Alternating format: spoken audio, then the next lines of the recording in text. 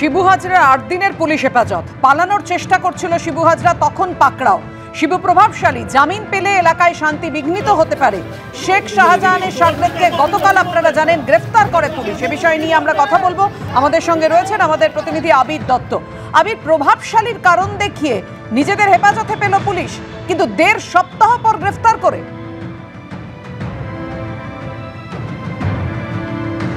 দেখো, আজকে কিন্তু ইতিমধ্যে 8 দিনের পুলিশ হেফাজতের নির্দেশ হয়েছে। বসিরহাট মহকুমা আদালতের তরফ থেকে সেই নির্দেশই দেওয়া হয়েছে। শিবু হাজরা তাকে আজকেই আদালতে পেশ করা হয়েছিল এবং 10 দিনের হেফাজতে চেয়েছিল পুলিশ।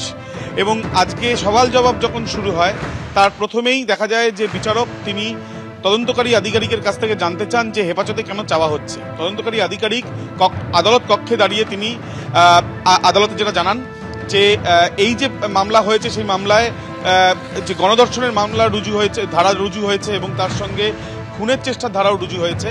তারা অভিযোগকারিনীর মেডিকেল লিগাল করতে চান এবং তার সঙ্গে আরও বেশ কিছু তথ্য প্রমাণ তারা সংগ্রহ করতে চান। কারা কারা এই ঘটনার সঙ্গে জড়িত তাদের খোঁজ তারা করতে চান এবং তার সঙ্গে বেশ কিছু সাবস্টেন্স যেগুলো তারা উদ্ধার করতে চাইছেন এবং বাজেয়াপ্ত করতে চাইছেন এবং সেই জন্য তারা হেফাজতে চাইছেন এই অভিযুক্ত অর্থাৎ শিবু হাজরার।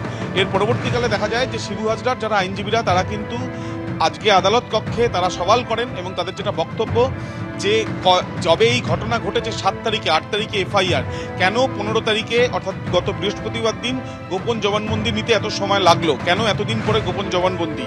তারা প্রশ্ন তোলেন যে এই যে অভিযোগ করা হচ্ছে, যেটি গণধর্ষণের অভিযোগ করা হচ্ছে, সেখানে নির্দিষ্ট করে প্লেস অফ অকারেন্স অর্থাৎ ঘটনাস্থল কোনটা সেটা কিন্তু নির্দিষ্ট করে কেন বলা হয়নি, এই প্রশ্নগুলো তারা করেন।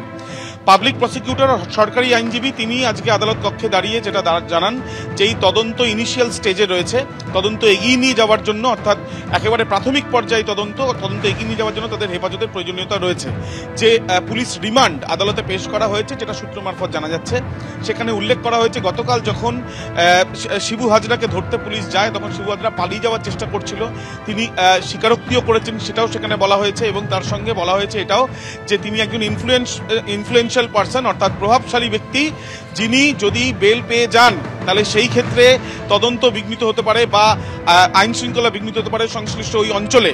এবং তার সঙ্গে সেখানে এটাও বলা হয়েছে যে এই তদন্ত এগিয়ে নিয়ে যাওয়ার জন্য আরো বেশ কয়েকজনের খোঁজ তারা করতে চান। তদন্তের তথ্য সংগ্রহ করা হয়েছে। অবশেষে 8 দিনের পুলিশ হেফাজত হলো শিবু হাজরা। ধন্যবাদ তোমায়। বসিরহাট থানা নিয়ে আদালতে যাওয়ার পথে শিবু হাজরাকে কটাক্ষ করে চোর চোর স্লোগান ওঠে। সন্দেশখালী ধৃত তৃণমূল নেতার বিরুদ্ধে ক্ষোভ উগড়ে স্থানীয় বাসিন্দারা।